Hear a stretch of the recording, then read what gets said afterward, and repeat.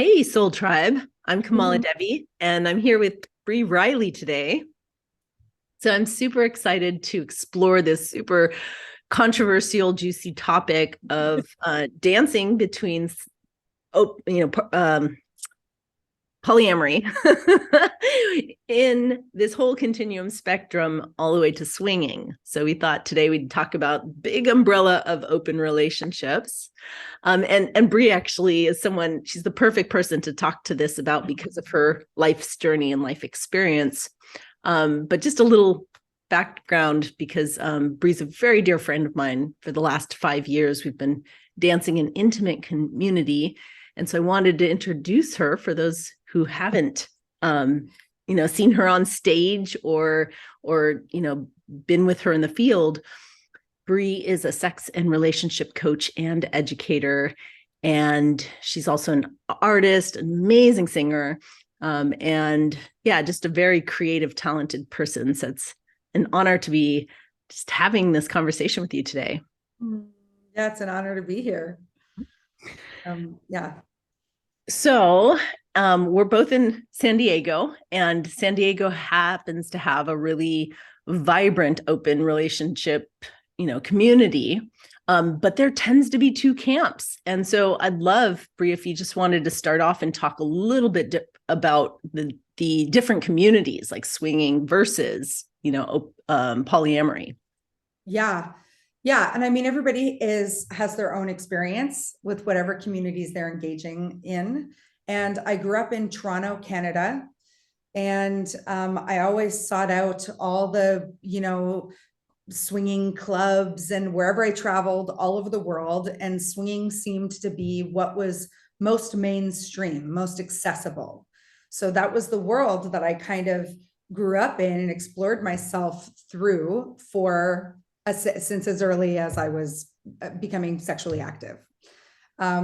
So yes, San Diego has two camps. And also that's like worldwide. I would say that swinging is what is most accessible. So it's oftentimes where a lot of people kind of get their start into dipping their toes into open relating or open sexuality or what that might look like for them. And that's kind of the playground for discovering what that could look like.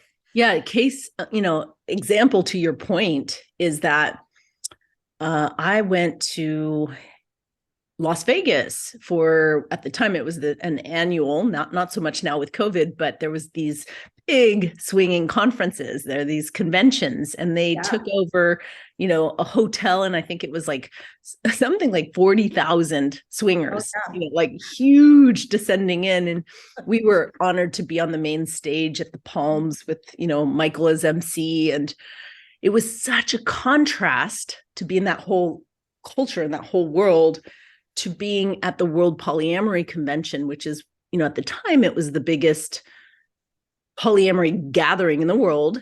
And that had like 250 people. And we were, I was a keynote speaker at that time. And so I got to like really experience like, wow, this is the access and popularity of polyamory versus swinging. Yeah. Yeah, absolutely. And I came to discover what polyamory really was in San Diego because it is such a thriving community. And so I think a part of my journey with swinging into polyamory was there was a lot of intimidation for me, actually. I remember like being scared of the parties that I knew that you guys were hosting. Oh my goodness. I was totally intimidated, right? Because all I knew was like swinging in my experience was a little more like physical based, Mhm. um, a little less intimate, like emotionally intimate. And it was much more about like pleasure and partying and like, yeah, just kind of caution to the wind, sexual Mhm. exploration, fun. And Mhm. I started realizing through my journey in swinging that I was desiring something more, and I was actually attracting, meeting people, not more, but different. Mhm. And I was actually, Good distinction. yeah, yeah, I was attracting other people in the swinging community who were also looking for something different. but we were also very intimidated by the idea of full-blown polyamory, right? So I ended up developing my own community where I was hosting monthly parties for a long time, where we would still be seeking the swinging communities, but people who were maybe more aligned with finding people that we could develop ongoing friendships with and have different styles of conversations with, and getting to know each other on a little deeper levels, kind of maybe integrating more of our lives outside of just our sexuality. So yeah, it was very interesting. Yeah, I want to highlight, and tell me if this resonates for you as well, because when at the time that we went to the swinger convention that I mentioned, and and this is after years of dipping our toes into sex clubs and different swinger scenes. Like, my husband considers himself a poly swinger, so I wasn't new to the swing scene, but one of the things that surprised me was to see a lot of swingers actually had long-term relationships with each other or knew each other's families, but there was this big rule about no falling in love. Like, that was really, not to get emotionally involved. Like, that was the real threat. And so that boundary then makes polyamory intimidating, makes that culture, which is all about having the capacity to love more than one person with the informed consent of everyone involved.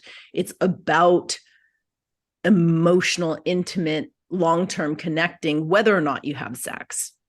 Yeah. And I wonder, kind of what I'm kind of looking back into what my intimidation or what my fear was around polyamory. And I think that there was kind of some deeper, I feel like I'm getting like very deep in my own experience. Sure. What were my fears? It was, because at the time you were married. Yes. Yeah. And so, a lot of married couples who are swinging, it's scary, because it's like, what does that mean? My partner's already having sex with other people. If they actually fall in love or have deep emotions with others, what's left to be just ours is a common sentiment. Does that resonate? Yeah, it does. But I feel like my husband at the time, I call him, there were like kind of misaligned value systems, right? So is that having sex without an emotional connection became something I wasn't wanting anymore, right? Mm-hmm. So it's like, how then do we navigate like developing, if I do want to develop intimacy, can I detach intimacy with feelings, or are they the same thing? Or what does that mean to me? And how do we, so I think it was a bit of our journey to like, venture down something new and different with maybe less rules and different agreements that we were trying to navigate together, but still also very much discovering and exploring who we were as individuals. Mm-hmm. Yeah, it takes a lot of courage, and then a lot of knowing who you are individually to actually make that work. Yeah, absolutely. What were some of the early lessons or realizations as you started to break the mold out of the swinging into the poly world? Yeah, well, I think the biggest realization for me and lesson coming out of that relationship was that to be courageous enough to actually own my own desires and advocate for my own needs. Mm. And, I feel like the manipulation that I kind of subconsciously used in that relationship was, if he is getting everything that he needs, then eventually I'll get to have the freedom to explore what I want, without actually saying that was my plan, right? Or that was my expectation. Right. But what ended up happening, it was unsustainable, because ultimately I continually abandoned myself and my own needs and didn't advocate for what I wanted. Yeah. And it's so human, that tit for tat, that like, okay, I'm going to give you what you want, and then later I'll get what I want. And it's very transactional too. It's like this unconscious transactional motivation, as opposed to being like, I'm going to be a stand for my desires. Yeah, that was the scary part for me, was just like, I think that was kind of a bit of the breakdown, was that when I finally realized, oh, I need to take care of myself and I need to advocate for myself. Like these are ways that I've been letting myself down and it's been having an impact on my relationship, is that there was then a big shift that happened in me that kind of was a little surprising to my partner, right? It's like, wait a second, you've been operating in this one way that, you know, he was imagining was authentic for, and consciously I was doing my best, right? But subconsciously, I kind of came to realize that there was a lot that I was kind of abandoning myself around. So the biggest kind of breakthrough was me really identifying and finding what it was that I wanted to create for myself. And you know, the change was just a little too much for the relationship to sustain at that point. Sure. And this is what's so powerful about you being a sex and relationship coach, is that you can help couples who are at that critical place to help them be true to themselves, but then also, you know, some people don't have to lose the relationship over it. You know, if you guys had more. Absolutely. And you don't need to lose yourself in the relationship either. Yeah. Right? Which is the most how do we find the balance? Yeah, because that's what becomes most sustainable, is how can we actually show up in love and acceptance and in celebration of each other's differences, right? Even not just the ways that we're aligned and that we relate and like, but even in our differences, how can we still show up in love and support? Yeah, I want to speak to that. Desires personally. Yeah, that difference, because I have such a matching picture. My husband, who, you know, I mentioned he's more of a swinger than I am. So if there's this continuum, right, if it's not just two different camps, but there's a whole spectrum in between, his orientation is very physical. Like he expresses love through the physical, and he loves, you know, meeting at the sensual sexual realms first, and then tends to develop the emotional connection. Whereas my tendency for many years was the emotional connection or the spiritual connection or a psychological link. And then we would go deeper into the physical. So we had a bit of a, you know, whether it's top down or bottom up orientation. And then being in partnership, there was a constant kind of friction. So that I actually would have judgment on, oh, that's too sexual, or that's, you know, not spiritual enough. And I wanted to call that out and name that, because that's very typical of the polyamory culture, you know, is to say, oh, swinging's just about sex, and put that down. Whereas swinging's like, oh, you know, with polyamory, it's too much processing, or it's so emotional, or it's, you know, and they have a lot of like, whoa, I don't want to get into that territory. Yeah. Would you comment on that? Like, well, that's interesting that you brought up those two things, because I have historically related as a bottom up connector. And I also love all the processing. Like I love that aspect of being deeply connected and loving relationships with multiple partners, because that's where I get to discover myself the most and how I show up in relationships.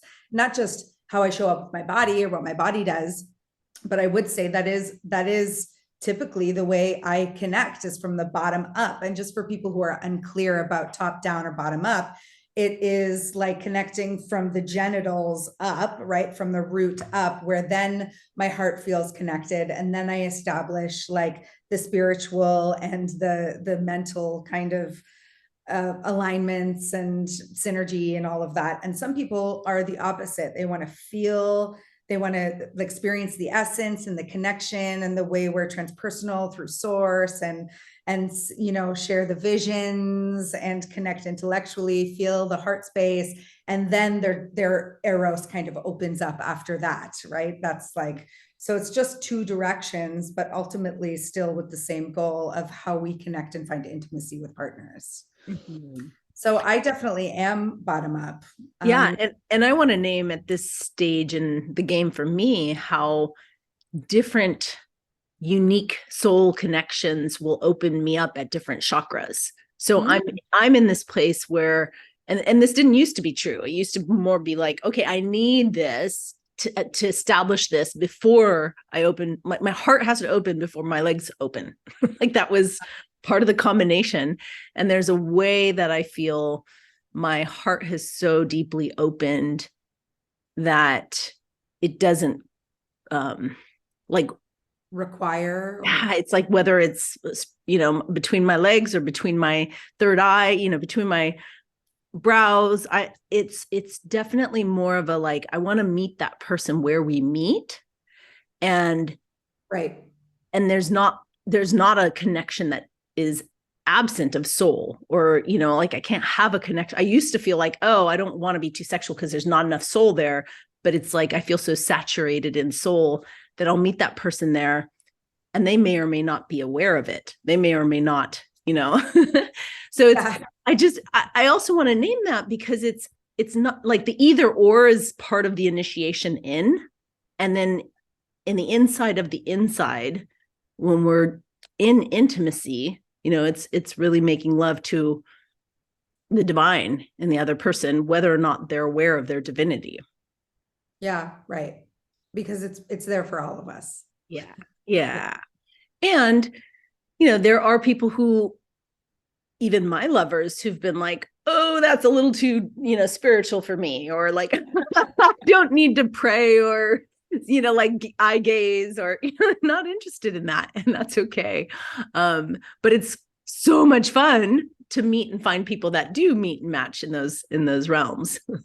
Yeah. And I'd love to kind of double back to like removing the judgment, right? That both the swinger community has on polyamory, that all we do is sit around and like on our Google calendars and coordinate schedules and process all day long, right? And then also the judgment that like it's just about sex, and like, and that actually nothing is wrong with either of those. Like if you're in a polyamorous container or pod, or have some sort of, you know, pod constellation of lovers, and that's what works for you guys, to have your monthly or your weekly meetings and schedule out your time and make sure things are equitable or feeling good, and talk about like what's not working, what's working, doing check-ins.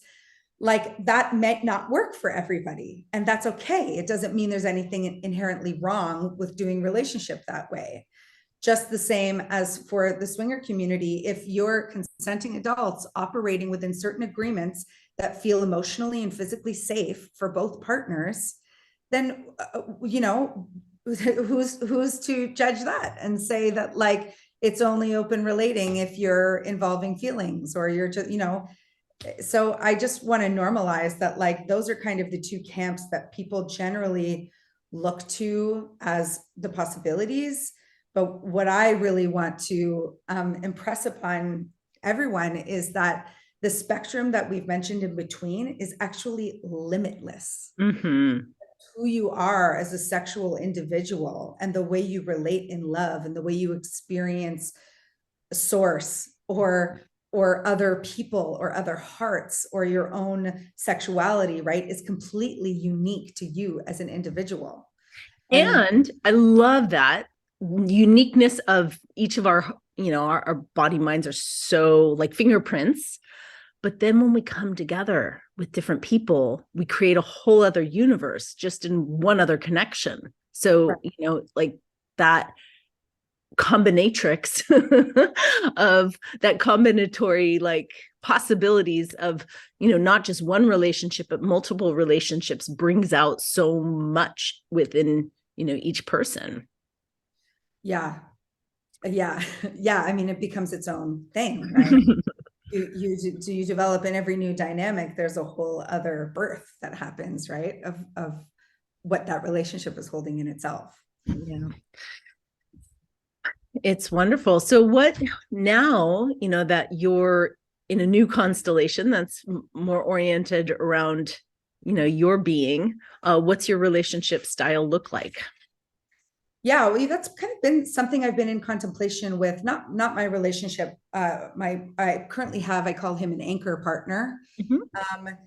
And, you know, I've been in contemplation because I would consider myself very polyamorous, whatever that means, right? But like, I am very open to loving multiple people. I'm also seeking it or attached to it.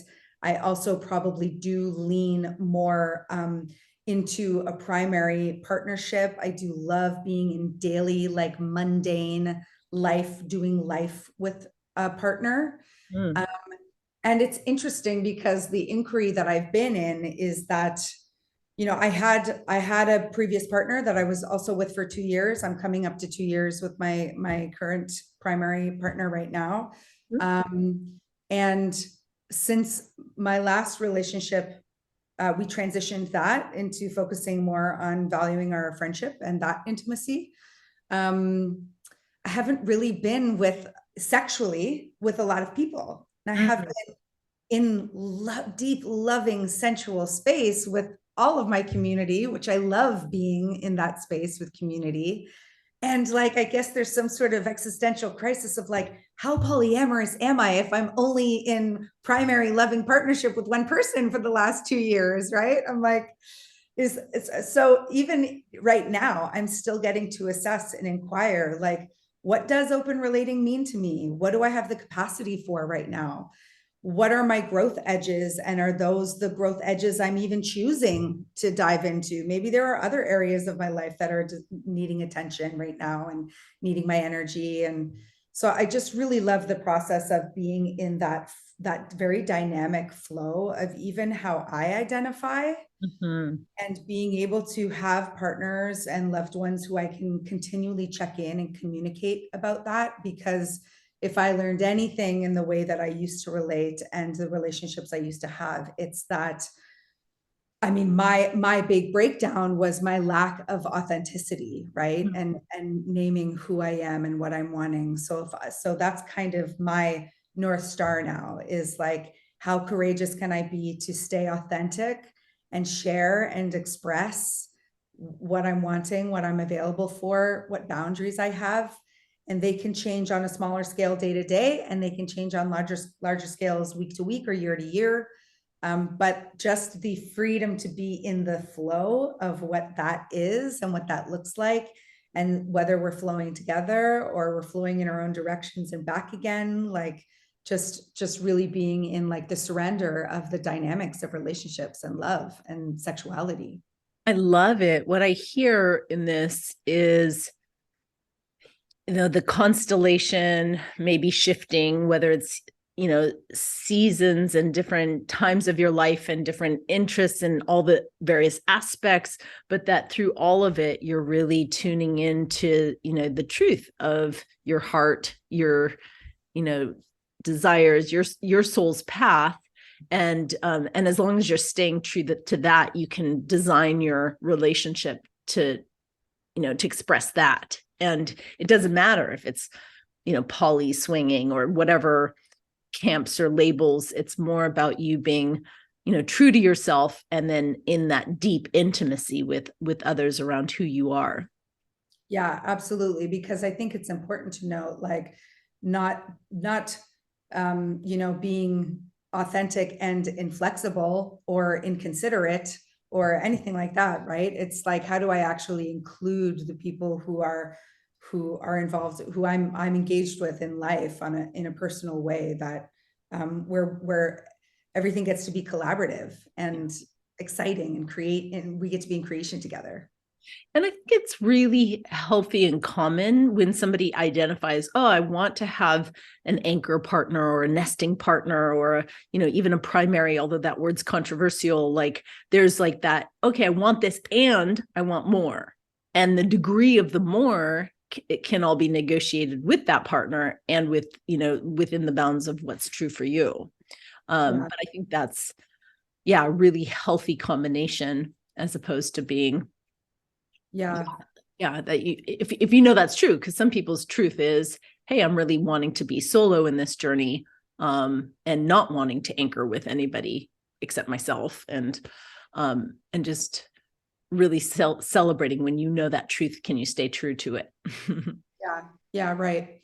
Yeah. And I think, like, inside of that, the ultimate value I hear is, yes, I choose partnership, and ultimately I don't want that partnership to mean a lack of freedom.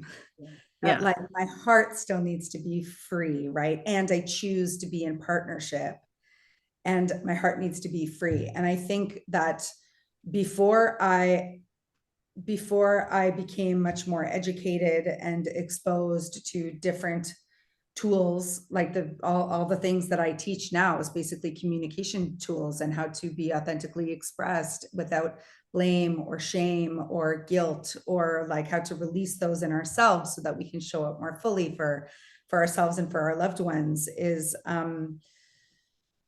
that I used to operate in relationship with a lot of rules, and I didn't have the understanding of this distinction between rules and agreements. Mm-hmm. Right? And that was a big distinction and learning curve that I needed to make, because if you give me rules, guess what I'm going to do with them? You're a rule breaker, aren't you? I am a rule breaker. Yeah. Yes. Which was unhealthy, right? Mm-hmm. Which was a dynamic that I was participating in, that like gave me this permission to be a rebel. I gave my own survival strategies, gave myself permission to rebel against the things that I was creating, which were rules, right? That's how I thought we were supposed to operate. Right.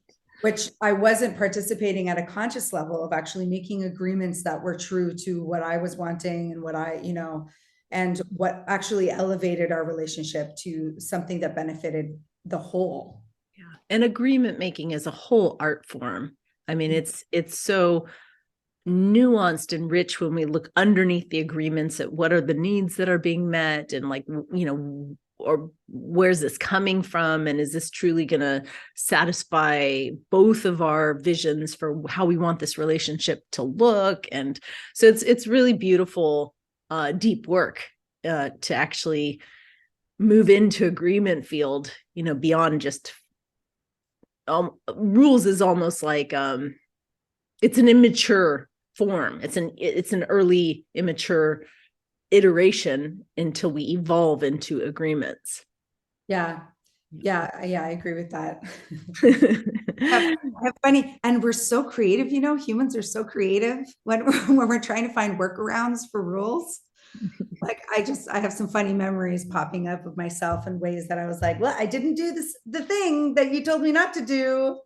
And my partner's like, what does it matter? You did the thing that I was trying to make the rule so that you wouldn't do the thing. You found a way to do it anyways without breaking the rule. I'm like, I know, brilliant, right? And he's like, no. Yeah, what was the intention underneath it? And and what you're pointing at is a conversation I've been having with my partner right now. And it's like the evolution from rules to agreements, but the next level, and I would not recommend this for anyone who's just starting to open their relationship, but the next level is actually attunement. And that's a place in which you can let go of the agreements, and you can deepen into knowing and trusting that you and your partner have this shared values. And so much so that you don't even need agreements. You just trust them to be true to those values. Right.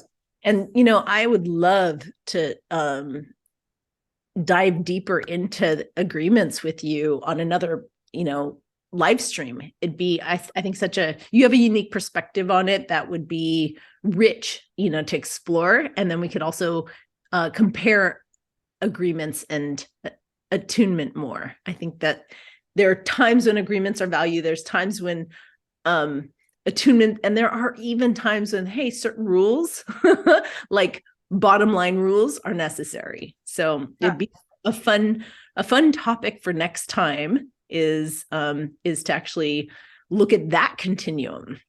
Yeah. And, there's so many great formats and all different templates and stuff that some brilliant teachers and facilitators in our communities and around the world have come up with for having, like, these are conversations that actually I do help people with, is like how to navigate having difficult conversations or vulnerable conversations where we get to share what our desires are, like without attachment and without, even consideration, trying to people please or trying to step out of those roles, right? It's like, if I sit with what I want, what do I desire? What are my boundaries?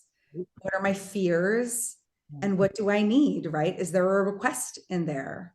Yeah. And then how to navigate those negotiations, there's so many. And I feel like a lot of people don't know how many things I teach that I've learned at sex parties. They're Yeah, applicable to like everyday life. I'm like, for how to have a sure. conversation with your boss or your mom. I'm like, use this thing I learned at the orgy last week. Yeah, it's a great laboratory for life. Yeah, it really is. It really is. Beautiful. So as we wrap up this exploration between swinging and poly, is there anything that you wanted to like leave the listener with? Is there any message if somebody's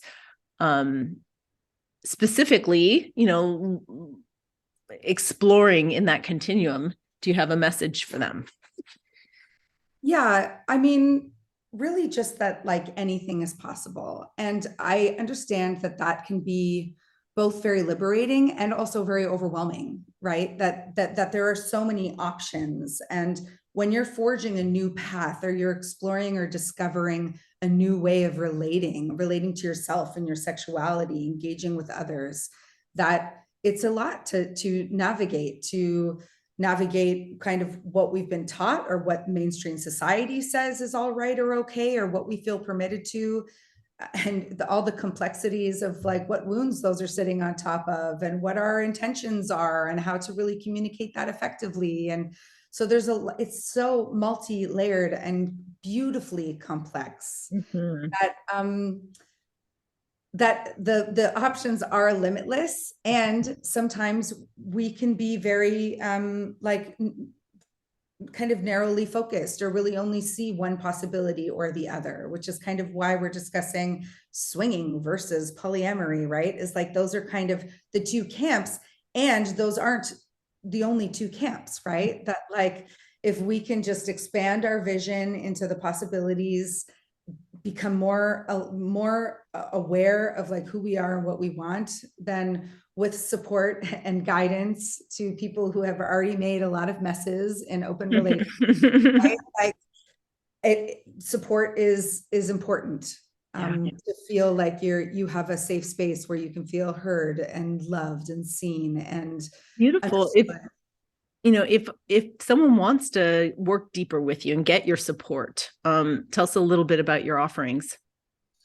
Yeah, I mean, really, ultimately, what I show up is I show up with one-on-one with my clients, couples or singles, and love you through your journey. Right? Is like I like to work with people who are excited to like be in the exploration of what sex and relationship looks like to them in their own unique form, and help build creative processes and help navigate those negotiations and conversations in a way that ultimately is satisfying and sustainable.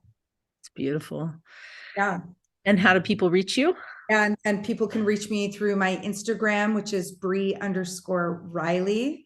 And also my website, which is liberateyourlove.com. And so there's a contact page on that, a little more information. But I really customize. I work with a few clients at a time so that I can really give my full attention to being fully with you on that journey. And it's all customizable and personalized to what your struggles are and what your goals are, and how to kind of create a forward moving action plan where I can show up in support of that journey for you. Great. I'm going to put the links in the description at the bottom of this video. And then I will look forward to doing another one with you soon. I really enjoyed this. And it's also a big relief and support to me, who after, almost 2 decades of coaching, I've just recently graduated from my sex and relationship coaching practice. And so I'm so delighted and happy to see you taking on some of those clients and doing this work in the world. And I do highly recommend, your medicine. So I'm looking forward to our next juicy conversation. Yeah, thank you. It's such an honor. I appreciate your trust and your friendship. Blessings. See you soon.